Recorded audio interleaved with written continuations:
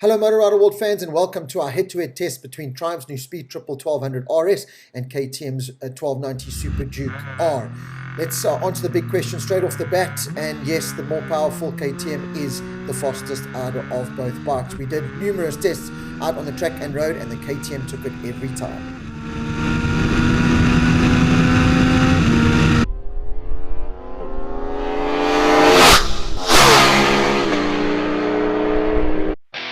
What we have here is two of the latest hyper-naked sports bikes on the market, both of which are very similar in many ways, but also worlds apart at the same time. The new KTM SuperDuke version 3.0 learnt a few more manners compared to previous gens and is now more the complete package than ever. KTM has done a great job refining the beast, giving it some much-needed anger management lessons, while still retaining the raw aggression and SuperDuke DNA that customers have come to love over the years. It's fully spec'd from head to toe with new WP Apex suspension, Brembo style Lemma brakes and an electronics package fit for royalty. The gorgeous dash and operating system on the KTM SuperDuke is the best in the business as far as I'm concerned. So easy to understand and operate, certainly a step above the Triumph.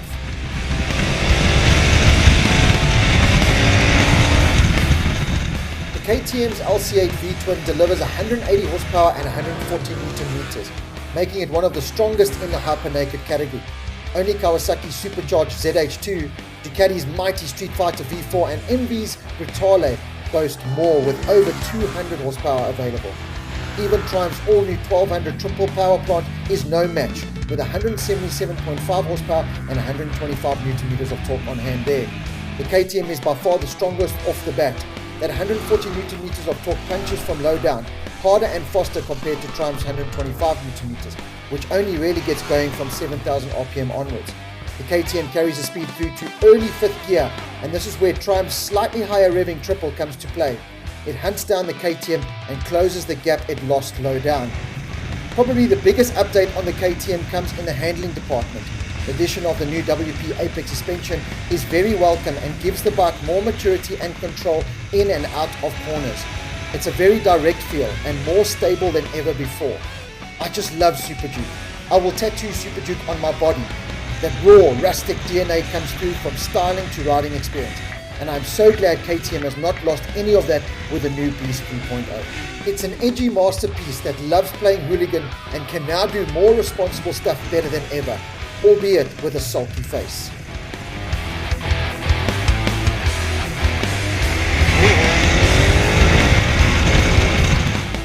Let's now get into the head-to-head test. Trying to pick between the two bikes is like choosing between Jennifer Aniston or Courtney Cox from Friends in their heyday. Both are very sexy, enjoyable and act really well. Both handle extremely well out on the road and track. Even though the Triumph comes in at 198 kilos wet, which is around 5 kilos lighter than the Austrian Beast, you can't feel it when turning. Both hit every apex and line at will. A very direct and predictable feel from both the front and rear. Picking up speed and through the faster turns, the Triumph shows off a bit more stability and certainty. This was most apparent out on the road where the Triumph's front end felt so much more planted at higher speeds. No float feeling whatsoever, whereas the KTM had that slight weave. It's really not that bad on the KTM, it's just that the Triumph is so good. The Triumph is the more comfortable of the two. It's slimmer and narrower, not pushing the legs out as much around the tank. The longer gear ratios also make it a bit more pleasant out on the open road. The KTM's shorter, more muscle, hard-hitting gear ratios gave it the edge out on track. Both have great riding positions from handlebars to foot pegs, perfectly set for road and track. The KTM feels more over the front, more attack, while the Triumph is a good blend of both attack and relax. The KTM has an urgency about it, while the Triumph is more calm and calculated.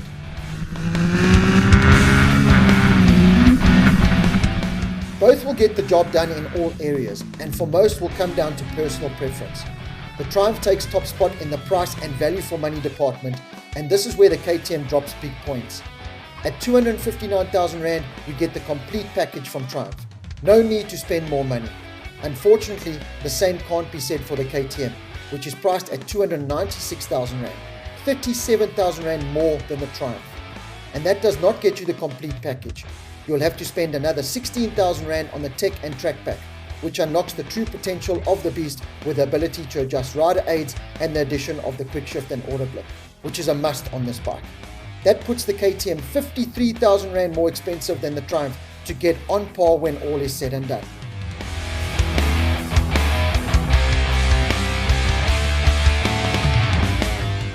The Brits also get better marks in overall build quality and finish on their 1200 RS. KTM has improved massively in this department over the years, but still falls short.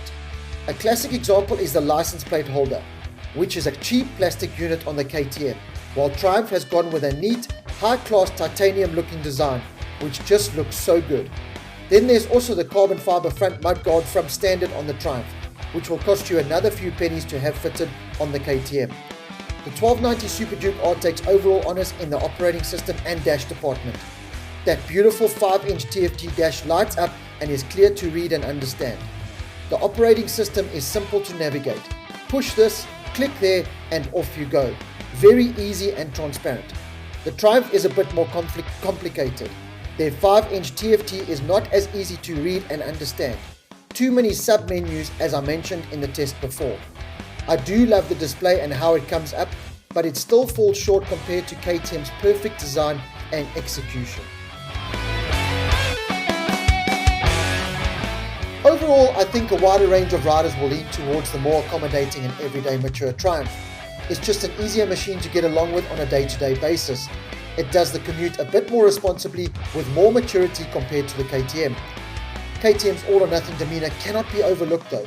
This is what makes it great, and KTM have done well to translate the original, raw, rustic SuperDuke DNA into the new machine, while also making it more refined. If they were to take the rawness and aggression away, they would lose fans and buyers. SuperDuke customers are not looking for mature, sophisticated, refined. They want kick-in-the-ass aggression. They don't want rider aids, while Triumph riders take note of what's available and use it. KTM riders want to be the naughty kid in the class, while the Triumph wants to be a bit of both, naughty and nice, but more towards the teacher's pet.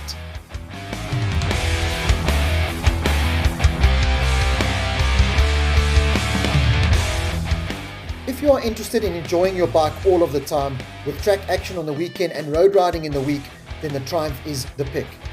And if it's hunting 1000cc superbikes and little else, then the slightly sharper setup on the KTM is the way to go. It's the sharpest chassis available on the super naked market for sure.